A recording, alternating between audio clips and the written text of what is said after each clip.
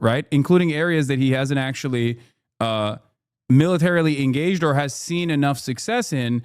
And I think for that reason, I suspect he's like trying to use the negotiation process to undermine America's involvement in Ukraine by constantly telling Trump, like, I'm going to do a ceasefire. I'm going to do a ceasefire. You're the GOAT. Fuck Zell Disney.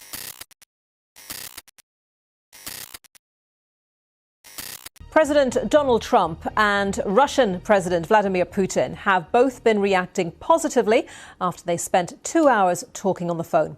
It comes as Washington continues to push to end the fighting in Ukraine. Well, in the last hour, the American leader has posted on social media about the talks. He said he believes the call went very well, adding that Russia and Ukraine will immediately start negotiations towards a ceasefire and, more importantly, bring an end to the war.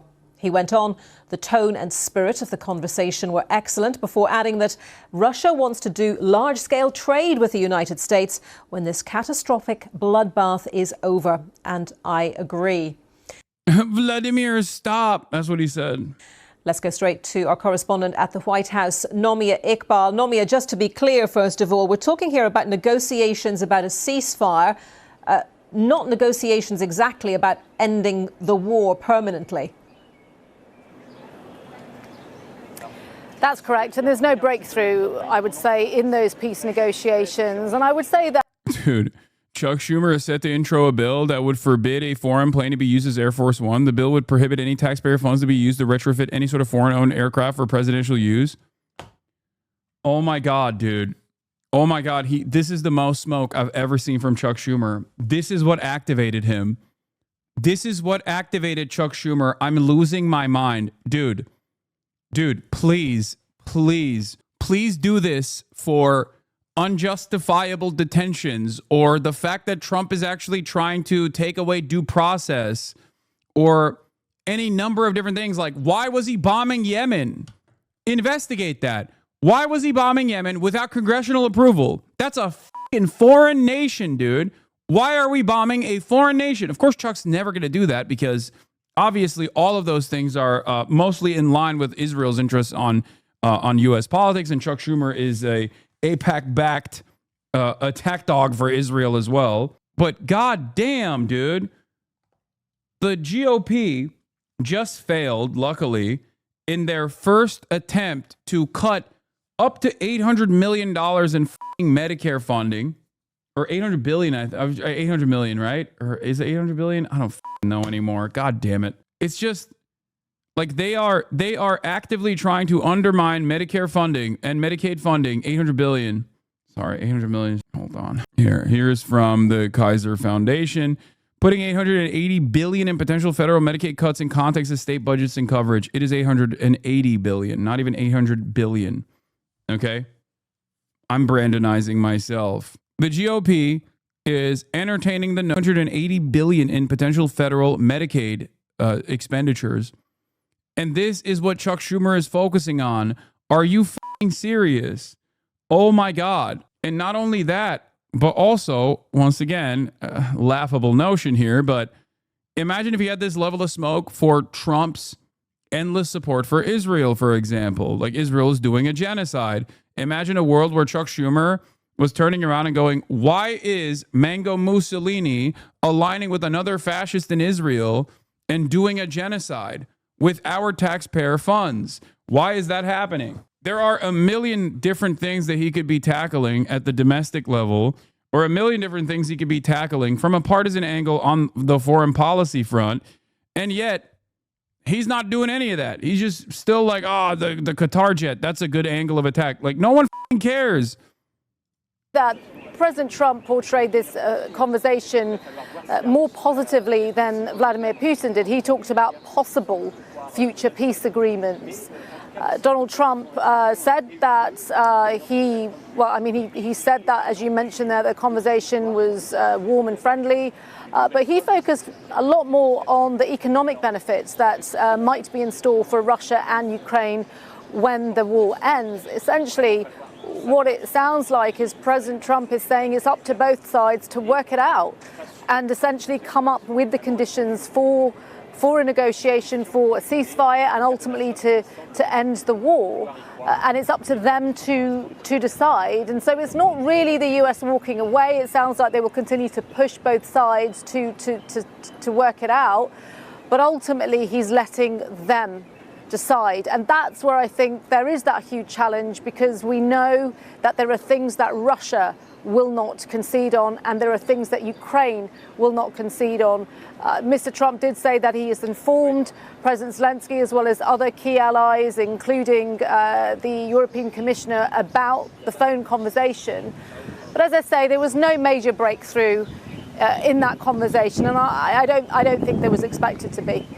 OK, Nomia, thank you very much for that. Nomia Iqbal at the White House for us.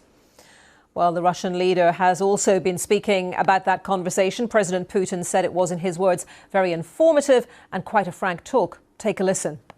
We agreed with the President of the United States that Russia will propose and is ready to work with the Ukrainian side on a memorandum regarding a possible future peace treaty, outlining a number of positions, such as the principles of resolution, the timeline for a potential peace agreement, and so on, including the possible cessation of hostilities for a certain period in the event of reaching specific agreements. A short time ago, I spoke to our Russia editor, Steve Rosenberg, in Moscow, and he gave us his reaction to what we have heard about the Russian side of this phone call. It doesn't seem as if much has changed. Remember, America, European leaders and Ukraine had been pushing Russia to sign up to a 30-day unconditional ceasefire. Russia hasn't done that. Russia has been resisting that all along, and still after this conversation there's no talk about a ceasefire now. However, Mr. Putin's press secretary Dmitry Peskov, after Vladimir Putin's comments, said, I think in an attempt to flatter Donald Trump, talked about how Russia saw America as a neutral party now and basically blamed Europe for wanting the war to continue, trying to drive a wedge between America and Europe and trying to flatter Donald Trump. Steve Rosenberg in Moscow. Well, we're joined now by Daniel Byman, who is the director of the Warfare Irregularity Programme at the think tank, the Centre for Strategic and International Studies. Daniel, thank you very much for joining us on BBC News to talk about this developing story. From what you've heard, ain't no way a ceasefire happens. He's playing Trump. I think he's playing Trump for sure. A ceasefire could happen in the future, but I think he's, I don't know. Look, I can't.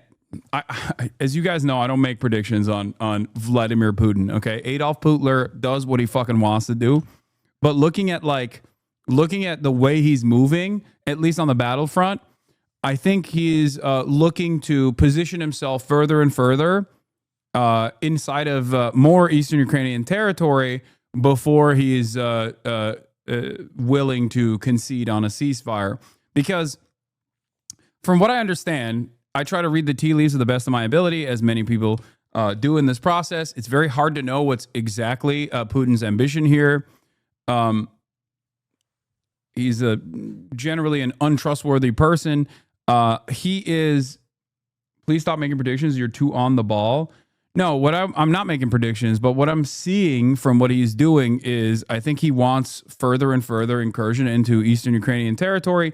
And like part of what the dispute is right now is additional permanent annexation of 4 territories, including areas that he has not conquered, right? Including areas that he hasn't actually militarily engaged or has seen enough success in. And I think for that reason, I suspect he's like trying to use the negotiation process to undermine America's involvement in Ukraine by constantly telling Trump, like, I'm going to do a ceasefire. I'm going to do a ceasefire. You're the GOAT. Fuck Zell Disney. He's gay. He's woke. He's the, Kamala Harris, basically, right? I'm your guy.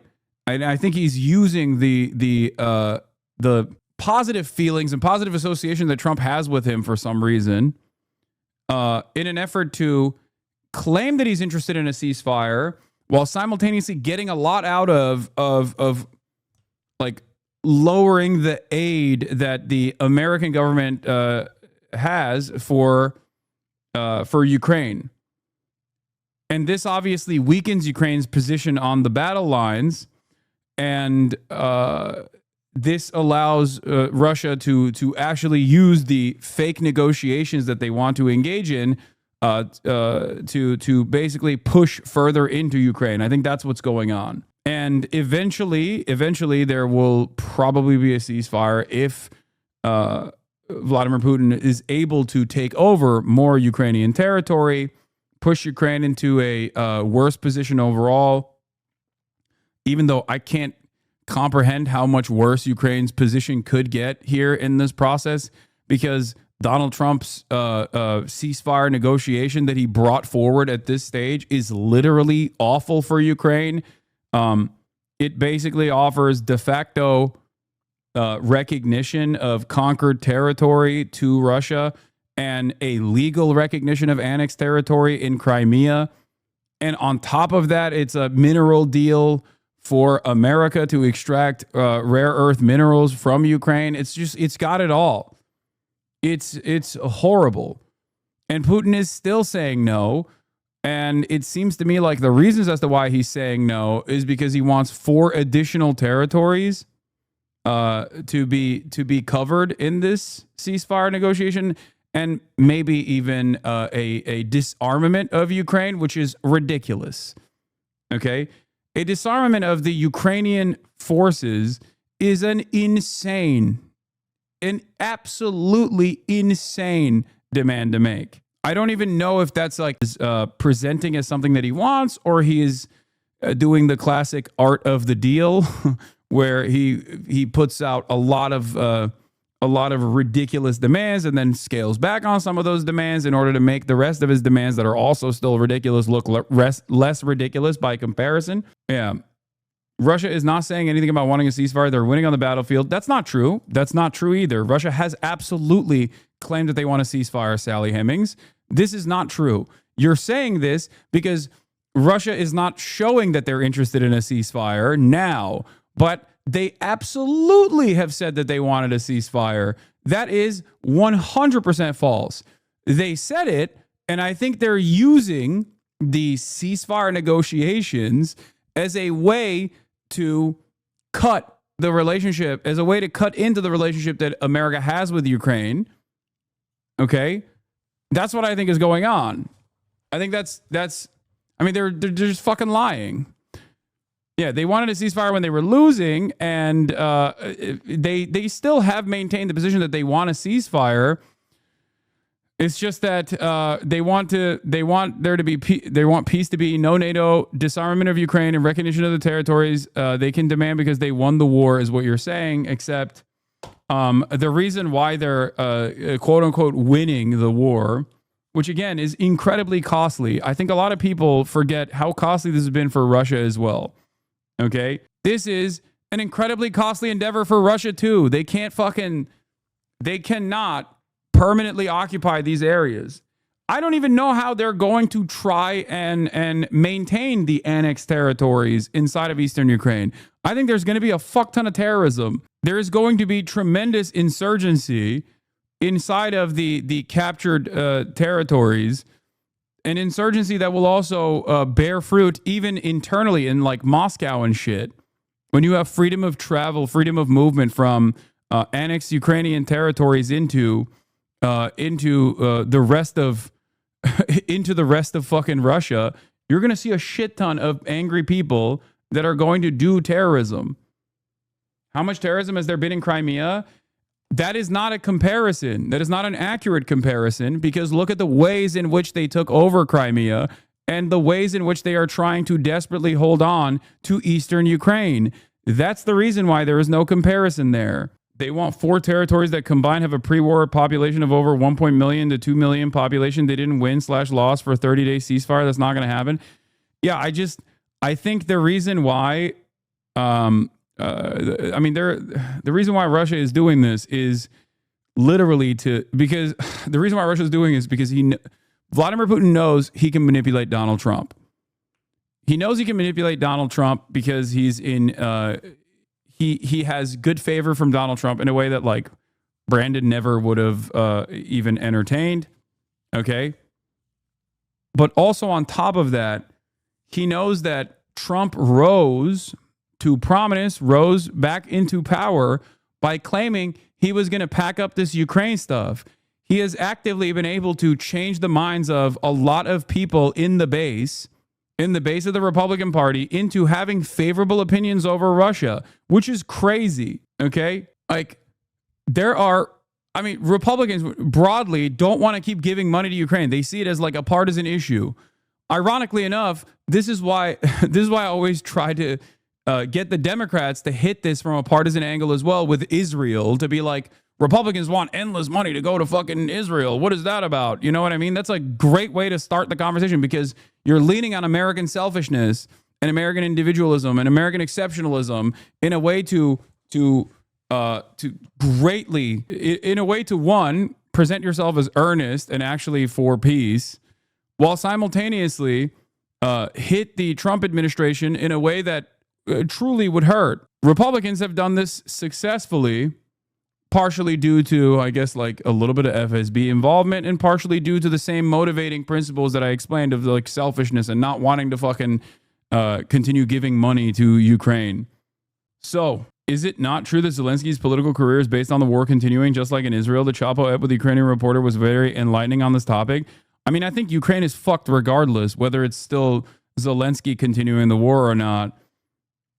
That's not, like, his own personal ambitions are irrelevant in this process. Ukraine is not even a part of these conversations.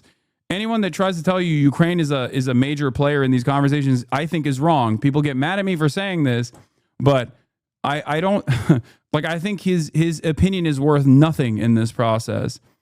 And the reason why I say that is because look at Trump. He literally fucking belittled, humiliated Zelensky at the behest of Vladimir Putin in these ceasefire conversations, when Zelensky is seen as an extension of American interests in the region by every party involved, including fucking Vladimir Putin. And Vladimir Putin was able to successfully get Donald Trump to undermine his own proxy before coming to the fucking table with the most favorable deal imaginable for Vladimir Putin, which was an insanely unfavorable deal for Ukraine. It doesn't matter who gets to run Ukraine in the future, especially in the near future, whether it be continued by Zelensky or whether it be a more radical, more nationalist element that ends up running Ukraine, or even the less likely option, which is like an Atlantic Council choice liberal that is more of a hawkish element in Ukrainian politics. None of those things matter. Atlantic City Council is what I said. Yeah, New Jersey, baby. Readout from Russia and the US. What are your thoughts? There's a lot of very vague words and promises. So seems to be an effort to work toward a ceasefire. There could be some sort of memorandum, but any of the content, any of the principles remains very unclear. And given how far apart the two parties were before the phone calls, I'm not sure how much closer we are now, despite all the rhetoric. Yeah, one of my Russian-speaking colleagues here in the newsroom sent me a message saying that there is a saying in the Russian language, we negotiate to negotiate. On hopes for a ceasefire, this seems to be, stretching out with no specific time frame at the moment, yet we know that President Trump is very impatient. So where do you think that's going to lead to? So one of Russia's hopes is that President Trump will get tired of the whole thing and simply say that the United States is not going to be involved. It will be an end of economic aid and end of military aid to Ukraine. So, of course, that benefits Russia. I think Russia's... I don't know if this is entirely correct. I think Russia's goals here are to continue the supposed interest in ceasefire negotiations in an effort to extract more concessions from Donald Trump and specifically stop the American aid to Ukraine, for sure, in a way to weaken Ukraine's position so it's literally easier to take more territory. It's easier to take more territory. There's no, like, oh, let's just wait it out. It's attrition. I think that at the end, they will arrive at a stalemate and they will come to the table for a ceasefire it's just increasingly less likely with every passing day that this will happen with a favorable position for Ukraine unless there are more troops. And I've said time and time again, the only way to bring more troops into Ukraine is by either engaging in the act of mass deportations in cooperation with the Ukrainian government, mass deportations of Ukrainian men living in the Western world right now, living in Poland and living in America, and forcibly sending them back to Ukraine so they go to the front lines, get trained and go to the front lines. And even that process would take an incredible amount of fucking time. Or to make up for that lack of military power somehow with, I don't know, private security contractors or actual standing militaries from European armies. Now, obviously, or reduce the age of conscription, but that's the nuclear option, and I don't even think that that's going to happen. Like, I that would be horrible. That would be the most horrible outcome of all of this, would be to lower the age of conscription in Ukraine down to 18, especially at a time when it's 25 or 27 at this point, and people are evading the authorities inside of Ukraine. Like, they are actively evading the authorities if they are eligible for conscription, forced conscription. There's military police all over Western Ukraine that's just forcibly sending people to the fucking front lines, and that's not exactly giving me confidence that Ukraine can hold out much longer. So I think Putin... The ass cancer guy was the one that suggested that. It wasn't just the ass cancer guy that suggested it. Trump's Mike Waltz also suggested it. I mean, he's gone now, but the Trump administration had also entertained that notion. Many people forget. The Trump admin, one of the first things that they said was, hey, you got to lower your age of conscription to 18. Probably calculates... Which would, for the record, if it's so dangerous, that would destroy the entirety of Ukraine's future. That inaction and delay on his part is going to help Russia's position in the long term, especially if Russia is not the one blamed for any problems. And we're waiting to hear still from President Zelensky. It's the obvious person that we're still waiting to hear from after these conversations, these discussions, this phone call between President Trump and President Putin. Militarily, Daniel, what position are Ukraine and Russia in right now with regards to prosecuting this war, continuing this war? So Russia has been making progress against Ukraine in the last 10 months, but it's very slow, really incremental progress at best. Russia has taken staggering losses. So although many people describe Russia as having the upper hand, and that's probably true, the actual military advantage it's gained has been quite slight. So we're not likely to see dramatic changes on the battlefield in the coming months, unless, of course, we see an abandonment of Ukraine by its allies, in which case Ukraine runs out of ammunition and, in general, may suffer catastrophic loss. So are you saying at the moment Russia doesn't see any strategic interest in a ceasefire? Russia believes that Ukraine's going to crumble if it keeps hitting it, and especially if the United States and Europe abandon it. So a ceasefire, especially a long-term one, is probably not in Russia's interest, according to how Putin defines it. Okay, Daniel Byman from the Center for As a major advocate for ceasefire from the jump, let me tell you how not shocked I am to hear Russia now that people who falsely thought Ukraine was destroying Russian troops and Russian forces repeat the same exact talking points of the Globe emoji Twitter accounts were saying for years. Russia is saying the same shit that Globe Twitter accounts were saying about Ukraine for the longest time, to be like, oh, a ceasefire would simply be buying time for Russia to re-up, rearm, and then attack again.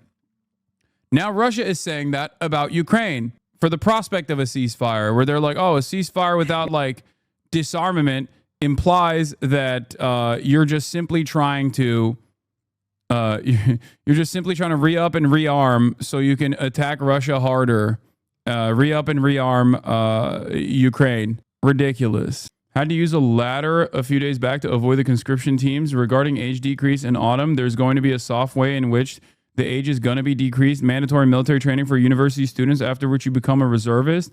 And once you're a reservist, it's an easier way to conscript people. Had to use a ladder a few days back to avoid the conscription teams is crazy. Get out of Ukraine, chatter. What the fuck?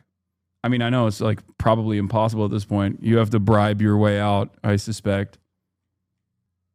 What is this? Oh, the Harvard-Harris poll. Do you believe the West will try to rearm Ukraine during the 30 days? Oh, for sure. I think so, but it doesn't matter. The only thing you're doing at this stage is, I think the only thing you're doing at this stage is just like trying to desperately cling on to more marginal victories in terms of like eroding more of the Russian forces, I guess. And that's all you're getting out of this. My relative was on a business trip when the war started and never went back to avoid conscription. This is from the 17th of June, 2024, by the way. Facing one of its most perilous chapters since the start of Russia's full-scale invasion, with Moscow's offensive getting ever more. One of the most annoying parts about like having any sort of nuanced opinion on this shit is the very same things that people say about like talking about the plight of Palestinians or talking about like Palestinian sovereignty is immediately people go, oh, you fucking love terrorism. Like you love the bad guys and you hate the good guys. And it's the same, like me talking about this shit back then was met with people saying like, oh, this is Russian propaganda. It's always a thought terminating cliche. Intense. The Ukrainian army desperately needs to enlist more troops, but more than 2 years into the war is struggling to... One evil way in which Putin also wins is demolishing morals. A lot of soldiers Google Putin-Trump news on a daily basis before going on assaults.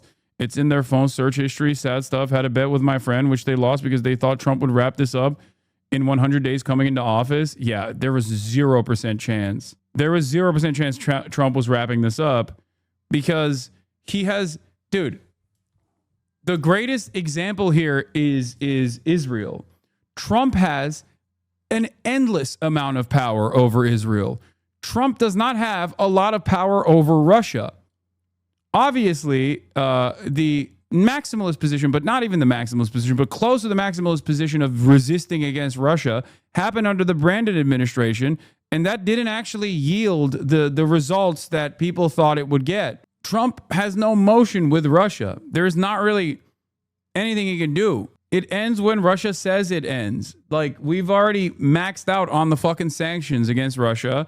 And clearly, there are very, not even like super sophisticated, but there's like a very successful means of avoiding said sanctions. And while there is attrition, and while this is not like, while this has been a costly endeavor for Russia as well, it's clear that they have more fucking manpower. They do. Find willing volunteers. Our correspondent Jean McKenzie reports from the city of Odessa. At Sergei's wedding, it wasn't just the weather that didn't go to plan. Half of the guests didn't show up. Going out in public is now too risky for men who don't want to enlist. But the bride, Tanya, understands why her friends and family don't want to fight. Her father was killed on the front line. Are you afraid that you might be caught and sent? Yes, I'm afraid. I'm also afraid. Of course I'm afraid too and don't want it. It happened twice in my family. Public transport has become a no-go for those trying to avoid the draft. Conscription officers have a fearsome reputation for dragging people off buses and taking them to conscription centres. These officers are on the hunt for draft dodgers. It's hard to find willing soldiers these days, so now it's the law for men to register so they can be called up. Are you part of the problem? Because people are hiding from you, they're scared of you. Look, some people react aggressively towards us. Others run away from us. This happens often. I don't think these people have been well brought up. These guys are having a pretty difficult time finding people who are eligible to serve, and they do accept that some people are hiding from them, but they are urging men to come forward because they say everybody has to play their part in defending this country. Behind these walls, men are hiding at the very moment the Ukrainian army needs them the most. Russia, with its superior manpower. This is Vova. He won't leave the house without checking these social media groups, which tell him where the officers are.